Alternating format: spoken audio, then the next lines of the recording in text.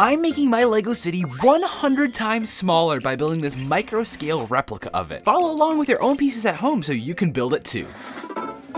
We're starting as we always do with a 6x9 copy of my green train table, which is the same size as microscale 23-Ville and a little bit bigger than microscale 22-Ville. But if you want to see microscale 25-Ville, be sure to hit that microscale subscribe button to let me know I should keep doing these kinds of videos. These textured bricks work perfectly to recreate the raised section of big ugly rock pieces in the back, with a waterfall made by placing a clear blue tile on a headlight brick right there. And then I'm using these panels as a tiny little suggestion of a train track, even though in the final build it's just gonna get covered up anyways, but we'll cap each entrance with a 1x1 tile to give you a basic idea of the entrance and exit. We'll use a 2x2 plate to represent 32x32 base plates, and this 3x3 newer kind of plate that represents a 48x48.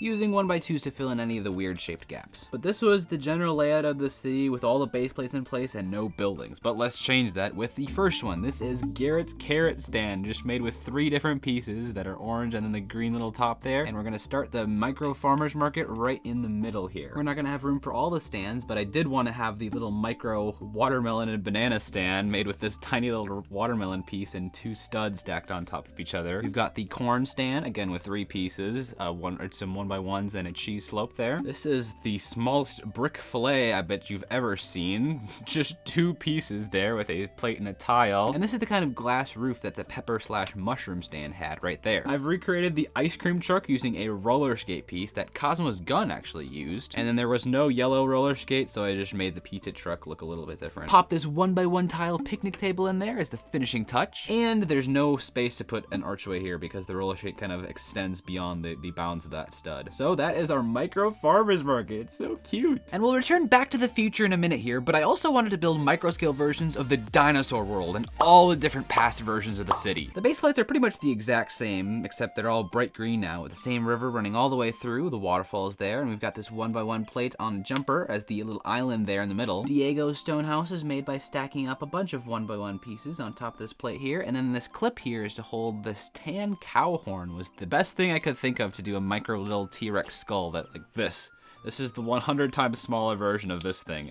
You can kind of see it. But that guy gets popped down right in there. I think the barn was next in the village, and that's made by stacking a bunch of these cheese slopes on this rounded 1x2 plate and a normal 1x2 plate. So that's gonna go in front here to have their silo be cursed by Micro Jumbo. This is one of my favorite houses. It's just so simple with the minifigure head, a hollow stud, and this feather piece. I'm not sure what this face is originally from, but the back of it looks decent enough as a skull. So we're gonna put this in the middle of the plate here, which is kind of tricky and it falls off very easily, but it'll be fine. Putting the central fire pit is even more difficult. I'm probably gonna knock off Mumbo Jumbo in the process, but that's gonna go in between 2 different plates. I don't think that's a legal technique, but it definitely works. And saving my favorite, totally not addiction to last, is the stone factory with little stone smokestacks. I love it. I'm not addicted though, I'm not. We'll start the volcano with this elbow plate and a few simple slopes, including these little cheese slopes. And then putting this hollow stud on the very top of it allows me to put this fire piece shooting out of it. Looks like it's erupting. We've got some simple little foliage here in the front here as the dinosaur forest with little mini velociraptors as the dinosaurs, the micro scale dinosaurs. That looks so good. And I almost forgot this micro scale plesiosaurus in the water there. But then we've got the dark tan rocks in the back here for the little old egg here in the nest here. And at the end of the video, we're gonna open this up to see what's inside, so stay tuned for that. But we've got some clear support beams in the back here for my favorite detail of this mock. It's Terry the Tiny, represented by a literal seagull.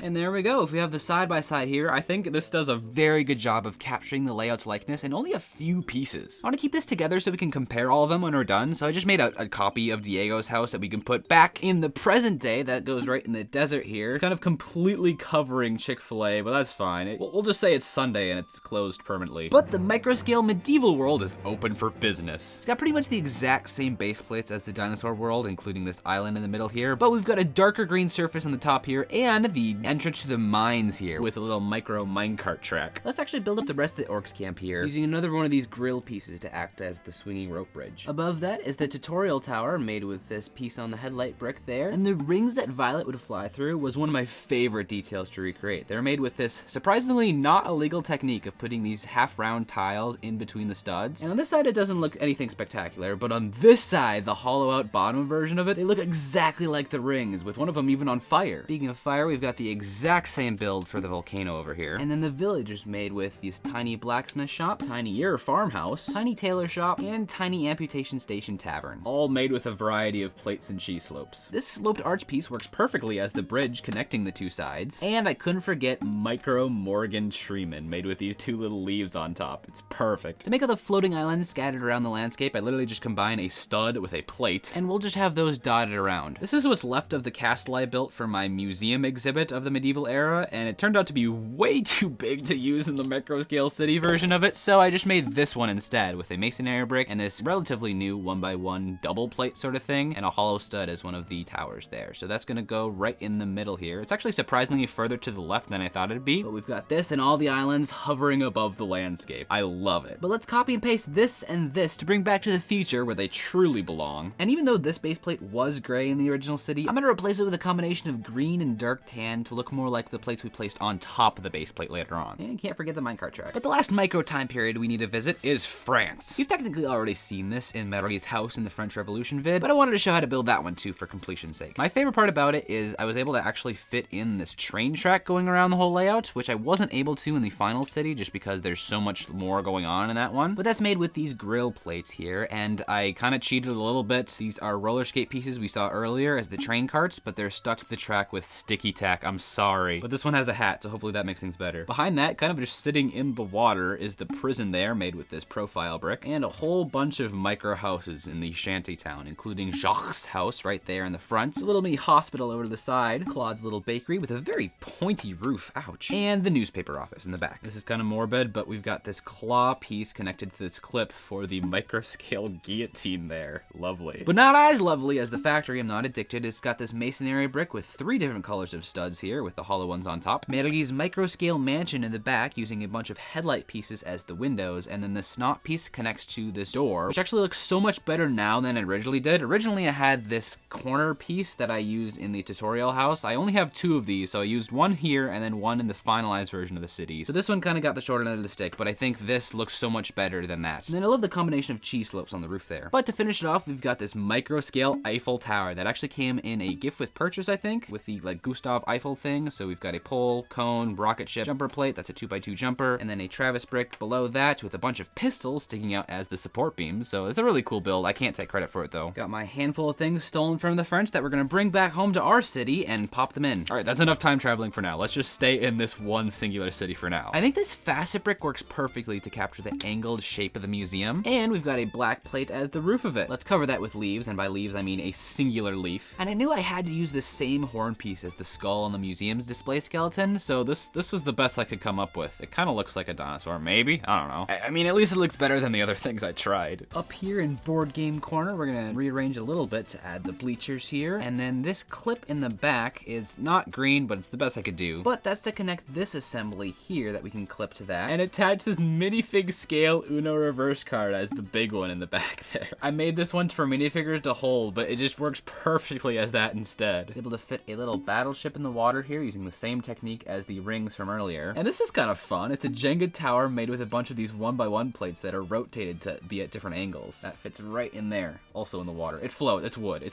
floats. But there's no way I could forget the most important part, so I used the finest Sharpie tip I could find to ever so carefully draw a face for Micro Gloppy. He's perfect. Comment below which Gloppy is your favorite. But anyways, up next is the zoo, which I thought would just be a big brown box, but that looks kind of boring. So we can use this 1x2 snot brick to add details as each individual floor. But that ended up being a little bit too tall. It is cool to see how you can see exactly which colors are meant to represent which floors, but I think we need to do some culling. I don't like sand, so that's the first to go. It's kind of weird to have 3 different shades of blue, so let's just get rid of the most boring one. And then out of the remaining ones, the white is the one that stands out the most. It's just one that should not be there. So I think this is just 6 floors is good enough. And I think that gives us a height that's a lot more to scale. We can cover the roof as I do with most of my builds with leaves. And this is the best I could get for this sign. So there's like a cheese slope for the slope of the Z, and then this kind of piece sticking inside the leaf as the O for the zoo. So this is zoo, if you really squint. I guess technically we should make a microscale future city with the cage, fuel tank, factory, and one of the spaceships, all on this old gray tile to look just like the old gray space base plates. The cage is just made with these grill plates on their sides, not an illegal technique. unique. The canister is just studs, the factory, some plates with this really cool dome, and then of course a smokestack. I am not addicted. And then the spaceship is really wonky. I don't know how I could do better at this scale. I don't know if I have the proper shaped wedge plates to do that. And I guess you could also make a future ruin version of the city by just kind of doing this. But we can put a factory in front here and use another one of these clear poles to clip the spaceship to and have that flying above the city as well. And I guess we'll make the Rocking Horse Girl's house too. I don't want to talk about it though. But there you have it, microscale 24-Ville. I think it looks really cool compared to the past LEGO cities I've done, 22, 23, and now 24-Ville. It's just one big happy family. It's a fun way to keep a version of the cities when there's no way it would have been able to keep the real things. But it's even cooler to compare with all the past versions. Look at this spread. You can really see the changes over time when they're all compared physically like this.